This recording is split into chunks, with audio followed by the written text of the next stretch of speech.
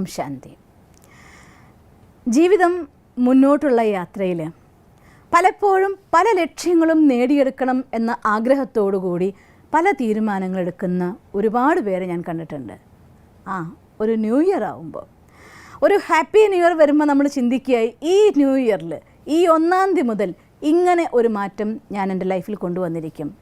ചിലർ അവരുടെ ബർത്ത്ഡേ വരുന്ന സമയത്ത് ഈ ബർത്ത്ഡേ മുതൽ ഞാനൊരു പുതിയ ആളായിരിക്കും.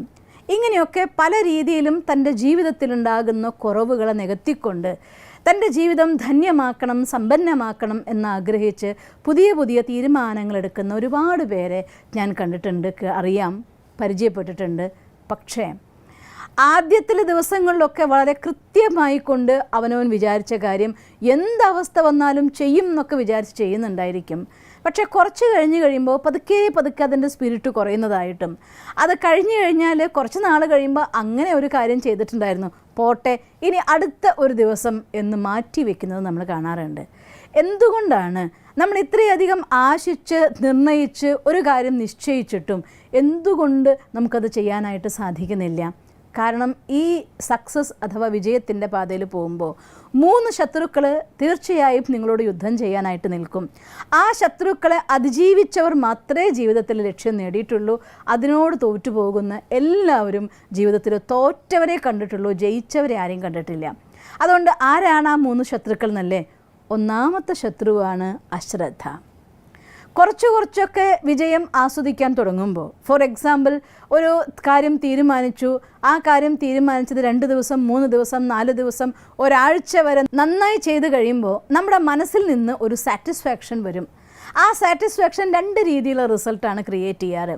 ചിലരെ സംബന്ധിച്ചിടത്തോളം ആ സംതൃപ്തി കൂടുതൽ ചെയ്യണം എന്നതായിരിക്കുന്ന ഇൻട്രസ്റ്റ് ക്രിയേറ്റ് ചെയ്യും.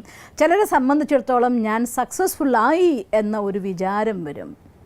ഇത് ആദ്യത്തെ പോലെ എനിക്ക് കൂടുതൽ ചെയ്യണം എന്നുള്ള ഇൻട്രസ്റ്റാണ് വരുന്നതെങ്കിൽ തീർച്ചയായും അവർ ലക്ഷ്യത്തിലേക്കുള്ള അടുത്ത സ്റ്റേജിലേക്ക് കയറി എന്നർത്ഥം.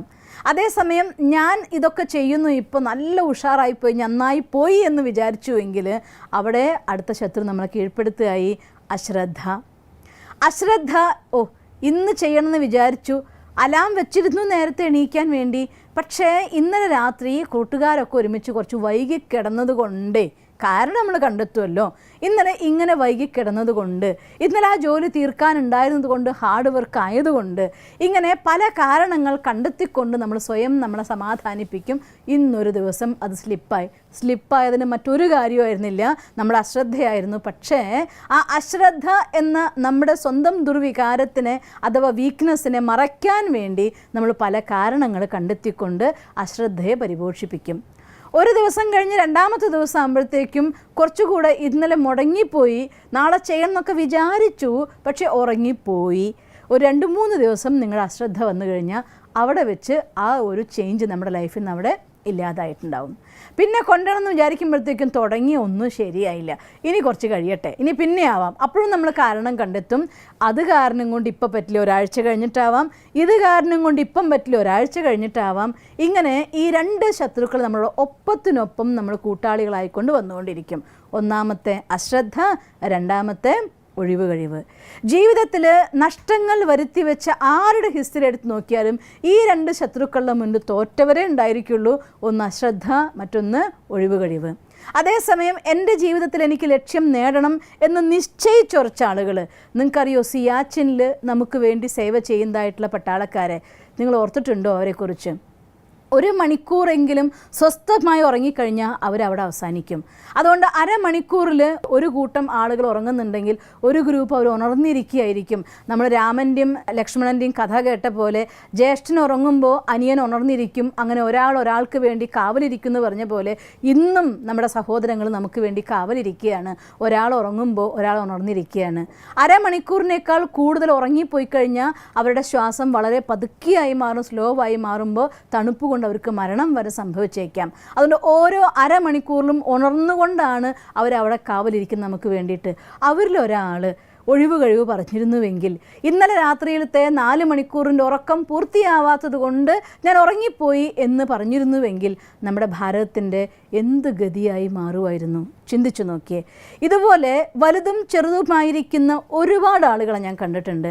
ജീവിതത്തിൽ 2 ദിവസം രാത്രി ഉറങ്ങാതിരുന്നിട്ടും 3-ാമത്തെ ദിവസം തൻ്റെ ലക്ഷ്യത്തിലേക്ക് പോകേണ്ടതായിട്ടുള്ള കാര്യം വന്നപ്പോൾ 2 ദിവസമല്ലേ ഉറങ്ങാത്തതുള്ളൂ, ഇന്നത് കഴിഞ്ഞിട്ട് ഞാൻ ഉറങ്ങാം എന്ന് പറയുന്ന ഒരാളെ എനിക്കറിയാം. സാധാരണമായി നമ്മുടെ നാട്ടിൽ ജീവിച്ചുകൊണ്ട് ഫോറിനിൽ പോയി ആളുണ്ടാക്കുന്നതിനേക്കാൾ കൂടുതൽ പൈസ ഉണ്ടാക്കുന്ന ആളെ എനിക്കറിയാം. അതുകൊണ്ട് ഒരുപാട് പേരെ ഞാൻ തൻ്റെ ജീവിതത്തിൽ കാരണങ്ങളെ മാറ്റിവെച്ചുകൊണ്ട് ലക്ഷ്യത്തിലേക്ക് മുന്നേറുന്ന ആൾക്കാരെയും കണ്ടിട്ടുണ്ട്. മജോറിറ്റി ഇത്തരം ഒരു കാര്യം വരുമ്പോഴത്തേക്കും അന്ന് കോൾഡ് വന്നുപോയി, പനി വന്നുപോയി, മേല് വേദനയായി പോയി, കൊച്ചു കൊച്ചു കാരണങ്ങളുടെ ലിസ്റ്റ് നിരത്തിക്കൊണ്ട് നമ്മൾ വിചാരിച്ച ലക്ഷ്യത്തിൽ നിന്ന് മാറിപ്പോകുന്നവരെയും കണ്ടിട്ടുണ്ടാവും. അതുകൊണ്ടാണ് 3% ലക്ഷ്യത്തിലെത്തുമെങ്കിൽ, 17% ഒരു 50% എത്തുമെങ്കിൽ ബാക്കിയുള്ളവർ ഉഴപ്പിക്കൊണ്ട് ഈ സമൂഹത്തിൽ ജീവിക്കുന്നതിൻ്റെ റീസൺ മറ്റൊന്നുമല്ല, നമ്മുടെ തന്നെ ഉള്ളിലിരിക്കുന്ന 2 ശത്രുക്കളാണ്. ഒന്ന് അശ്രദ്ധയും, മറ്റൊന്ന് ഒഴിവ് കഴിവും. ഈ അശ്രദ്ധയും ഒഴിവ് കഴിവും എന്ന് നിങ്ങളെ സ്വന്തമാക്കിയോ, നിങ്ങളെ കീഴ്പ്പെടുത്തിയോ, അന്ന് മുതൽ 3-ാമത്തെ ആളും നിങ്ങളെ വെറുതെ വിടില്ല. ആലസ്യം. ഒരിക്കൽ മാറ്റിവെച്ച കാര്യം പലപ്പോഴും മാറ്റിവെക്കാനുള്ള ഇൻട്രസ്റ്റാണ് കൂടുക, ചെയ്യാനുള്ള ഇൻട്രസ്റ്റ് അല്ല. ഒരു സിമ്പിളായിട്ടുള്ള കാര്യം പറഞ്ഞാൽ, നമ്മുടെ വീട്ടിൽ ഫാമിലി ലൈഫിൻ്റെ ഉള്ളിൽ നമ്മൾ കല്യാണം കഴിഞ്ഞ് ജീവിക്കാൻ തുടങ്ങിക്കഴിയുമ്പോൾ, ഭാര്യ ഭർത്താക്കന്മാരായി ജീവിക്കാൻ തുടങ്ങുമ്പോൾ, നിങ്ങൾ വേണമെങ്കിൽ നോക്കിക്കോളൂ, ഏത് കുടുംബത്തിലെ ആളോട് വേണമെങ്കിൽ ചോദിച്ചു നോക്കിയോ, വളരെ കുറച്ച് ഫാമിലിയിലെ ഹസ്ബൻഡ് വൈഫ് മാത്രമാണ് കല്യാണം കഴിഞ്ഞ് കുറച്ച് കാലം കഴിഞ്ഞ ശേഷവും എനിക്ക് നിന്നോട് സ്നേഹമാണ് എന്ന് പറയാനുള്ളതായിട്ടൊരു മനോഭാവം കാണിക്കുക. അതുള്ളതല്ലേ, പിന്നെ പറയാനുണ്ടോ, പ്രകടിപ്പിക്കാനുണ്ടോ എന്നൊക്കെ പറഞ്ഞ് അത് ഇന്ന് വേണ്ട, ഇനി അടുത്ത വാർഷികത്തിനാവാം, അല്ലെങ്കിൽ അടുത്ത ബർത്ത്ഡേക്കാവാം, അതല്ലെങ്കിൽ അടുത്ത ഫെസ്റ്റിവലിനാവാം എന്ന് മാറ്റി വയ്ക്കുന്നവരെ അധികം കാണുള്ളൂ. ഞാൻ പലപ്പോഴും പല പ്രോഗ്രാംസും ഞാൻ ചോദിക്കാറുണ്ട്, അങ്ങനെ പറയുന്നവരുണ്ടെങ്കിൽ കൈ ഉയർത്താൻ 3-4 പേരെ ഉണ്ടാവാറുള്ളൂ. നിങ്ങൾ തന്നെ ഈ കാണുന്നവർ ചോദിച്ചു നോക്കിയേ, നിങ്ങൾ പറയാറുണ്ടോ എന്ന്. അതൊക്കെ കാലം കഴിഞ്ഞില്ലേ എന്ന് പറയും. കാലം കഴിഞ്ഞതുകൊണ്ട് സ്നേഹമില്ലാതാകുന്നുണ്ടോ? ഒരിക്കലുമില്ല. ശുദ്ധമായ സ്നേഹമാണെങ്കിൽ അത് കൂടിക്കൊണ്ടിരിക്കുകയുള്ളൂ, കുറയാറില്ല. പക്ഷേ അത് പറയാൻ മനുഷ്യന്മാർ മാറ്റിവെക്കുന്ന കാര്യങ്ങൾ. അതിനേക്കാൾ സിമ്പിളായിട്ട് പറഞ്ഞാൽ, ഏറ്റവും സിമ്പിളസ്റ്റ് ആയിട്ടുള്ള കാര്യമാണ്, എപ്പോൾ വേണമെങ്കിലും ചെയ്യാവുന്ന കാര്യമാണെങ്കിൽ അതെപ്പോഴും മാറ്റിവെക്കാറുള്ളൂ, ഒരിക്കലും ചെയ്യാറുമില്ല. അതാണ് സത്യം. അതുകൊണ്ട് ഈ ആലസ്യം എന്ന് പറയുന്നത് വലിയ വില്ലനാണ്. അതെന്ന് നമ്മുടെ ജീവിതത്തിലേക്ക് കടന്നു വരുന്നു, അന്ന് തൊട്ട് കാലുവേദന വരും, തലവേദന വരും, നടുവേദന വരും. എനിക്ക് പലപ്പോഴും ചിരി വരാറുണ്ട്. പലപ്പോഴും എന്തെങ്കിലും ഒരു കാര്യത്തിൽ അവർക്ക് ഒഴിവ് കഴിവ് പറയണമെങ്കിൽ പല ആൾക്കാരും 2 രോഗം പറയാറുണ്ട്. ഏതാണെന്നറിയോ? ഒന്ന് നടുവേദന, മറ്റൊന്ന് തലവേദന. എന്താ റീസൺ? 2 അളന്ന് നോക്കാനായിട്ട് തെർമോമീറ്റർ ഇല്ലല്ലോ. പനിയാണെന്ന് പറഞ്ഞാൽ അളന്ന് നോക്കാൻ പറ്റുമായിരിക്കും, നെഞ്ചുവേദനയാണെന്ന് പറഞ്ഞാൽ ചെക്ക് ചെയ്യാൻ പറ്റുമായിരിക്കും. പക്ഷെ നടുവേദനയും തലവേദനയും ആർക്കും അളക്കാൻ പറ്റില്ല. അതുകൊണ്ട് ആലസ്യത്തിൻ്റെ രോഗങ്ങളാണ് നടുവേദനയും തലവേദനയും. അതുകൊണ്ട് ഇത്തരത്തിൽ പല രീതിയിൽ അങ്ങനെ മാത്രമേ അസുഖം വരുന്നൊന്നുമല്ല കേട്ടോ ഞാൻ പറഞ്ഞത്. അത് വിചാരിച്ച് ഇനി നിങ്ങളുടെ കൂടുതലുള്ള ആൾക്ക് തലവേദന വന്നെന്ന് പറയുമ്പോൾ എന്താ ആലസ്യം വന്നോ മടി വന്നോ ചോദിക്കരുത്, അതല്ല അതിനർത്ഥം. പക്ഷേ നിങ്ങൾ സ്വന്തം നെഞ്ചിലൊന്ന് കൈവച്ച് ചോദിച്ചു നോക്കിയേ, എന്തുകൊണ്ട് ഞാൻ അവിടെ തലവേദന വന്നു ചോദിച്ചാൽ ഒരു 90% നമുക്ക് ഒഴിവ് കഴിവുള്ള കാരണമായിട്ട് നമ്മൾ കണ്ടെത്തിയേക്കും. അതുകൊണ്ട് ഇങ്ങനെ ആലസ്യം വന്നു കഴിഞ്ഞാൽ ഒന്നുകിൽ രോഗമായിട്ട് വരും, അല്ലെങ്കിൽ ശോകമായിട്ട് വരും, അല്ലെങ്കിൽ മൂഡ് ഓഫ് ആയിട്ട് വരും. അതല്ല ഇതൊക്കെ എന്തെന്ന് ചോദിക്കാൻ പോയാൽ അവിടെ ക്രോധമായും പുറത്തേക്ക് വരും. അതുകൊണ്ട് ഇത് 3 വലിയ വില്ലന്മാരാണ്. ഈ 3 ശത്രുക്കൾ നിങ്ങളുടെ ജീവിതത്തിൽ നിലനിൽക്കുന്നിടത്തോളം കാലം ഒരിക്കലും ലൈഫിൽ നമ്മൾ എവിടെയും എത്തിച്ചേരില്ല. അതുകൊണ്ട് വിജയം നിങ്ങൾ ആഗ്രഹിക്കുന്നുണ്ട് എങ്കിൽ, എൻ്റെ ലൈഫ് ഞാൻ ആഗ്രഹിക്കും പോലെ സക്സസ്ഫുൾ ആയിക്കൊണ്ട് മുന്നോട്ട് പോകാൻ നിങ്ങൾ ആഗ്രഹിക്കുന്നുണ്ടെങ്കിൽ തീർച്ചയായിട്ടും ഈ 3 ശത്രുക്കളെ ഒഴിവാക്കിയിട്ടുണ്ടായിരിക്കണം. ഞാൻ ഒരിക്കൽ കൂടി എടുത്ത് പറയുകയാണ്, അശ്രദ്ധ, ആലസ്യം, ഒഴിവ് കഴിവ്. ഈ 3 പേർക്ക് ഗുഡ് ബൈ പറയുന്നവർ തീർച്ചയായിട്ടും ജീവിതത്തിൽ അവർ ആഗ്രഹിക്കുന്ന ലക്ഷ്യം നേടിയെടുത്തിരിക്കും.